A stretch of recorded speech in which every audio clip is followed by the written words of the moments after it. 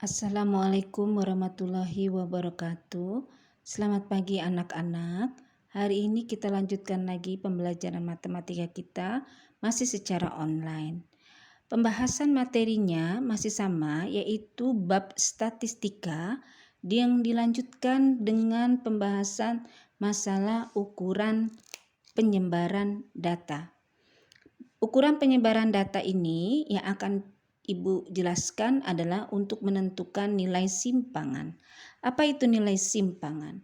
Nilai simpangan itu adalah nilai selisih antara data dengan rata-ratanya. Simpangan nanti ada dibagi dua, ada nilai simpangan rata-rata dan nilai simpangan baku atau biasa kita sebut dengan standar deviasi. Simpangan rata-rata disingkat SR dan simpangan baku standar deviasi yaitu lambangnya SD.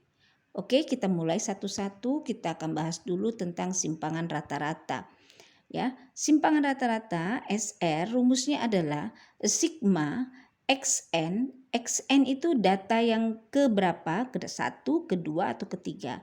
Dan ini adalah XX bar rata-rata dengan di dalam tanda mutlak dibagi dengan N banyaknya data. Sigma itu artinya jumlah, ya. Oke. Kita ulangi lagi bahwa simpangan rata-rata rumusnya adalah sigma tanda mutlak dari XN dikurangi rata-ratanya dibagi dengan banyaknya data. Lanjut supaya lebih jelas dengan contohnya. Contohnya Ibu ambil yaitu dari soal UN, yaitu ini UN banyak sekali soal ini menentukan nilai simpangan rata-rata, ya. Dari datanya adalah kita ambil data tunggal yang sering keluar adalah data tunggal 4, 8, 5, 7, 7, dan 5. Langkah pertama adalah perhatikan, tentukan dulu atau cari dulu nilai rata-rata. Ingat, rata-rata itu adalah sigma X dibagi N. Ini rata-rata ya. Menentukan dulu rata-ratanya. Di mana sigma artinya jumlah dari sigma jumlah dari data ini. Berarti 4 dijumlahkan semua. Tambah 8, ditambah 5, ditambah 7, ditambah 7, ditambah 5, dibagi banyaknya N. Banyaknya data nih ada berapa angka? Ada 6. Maka kita jumlahkan semuanya, hasilnya 36 bagi 6 sama dengan 6. Ya, rata-ratanya 6. Langkah yang kedua yaitu kita menentukan XR. SR rumusnya adalah sigma tanda mutlak XN dikurangi rata-rata dibagi dengan N. Di mana itu sigma? Sigma jumlah dari mana? XN dikurangi rata-rata. XN ini mana? Ini loh data pertama, kedua, ketiga, keempat dan seterusnya. Ya, kita mulai tanda mutlaknya. Data yang pertama angka 4. 4 dikurangi rata-ratanya adalah 6. 4 dikurang 6. Ditambah karena sigma ditambah yaitu 8 dikurangi 6 dan seterusnya. Data yang ketiga 5 dikurang 6. Data yang berikutnya 7 dikurang 6.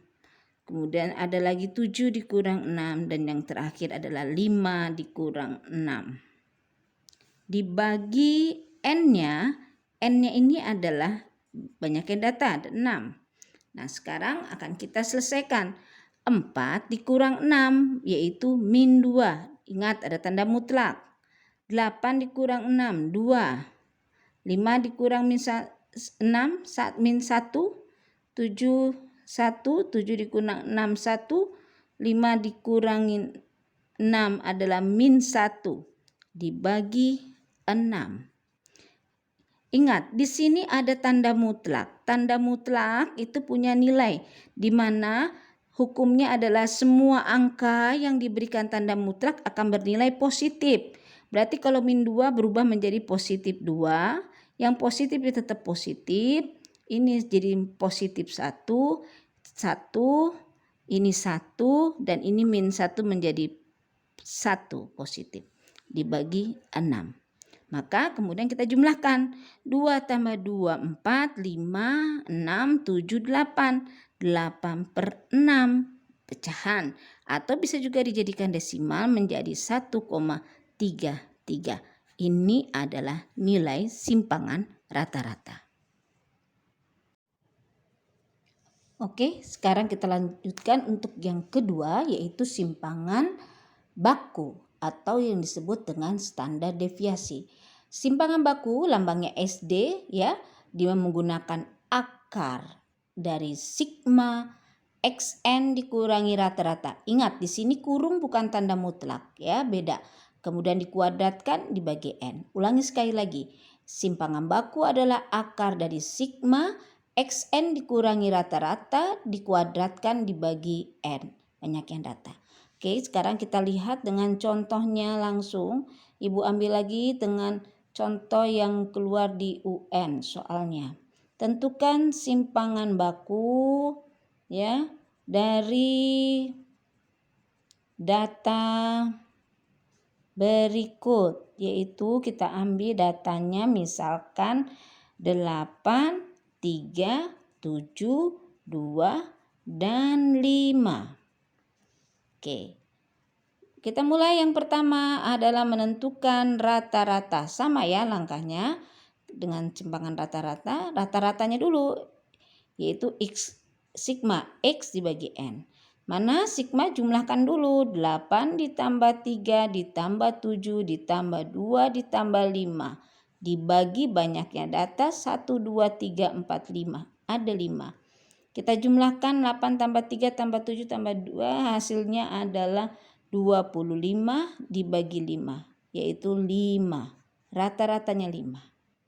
Oke, sekarang barulah kita menentukan simpangan baku standar deviasi dengan rumus adalah akar sigma kurung xn dikurangi rata-rata dikuadratkan dibagi n.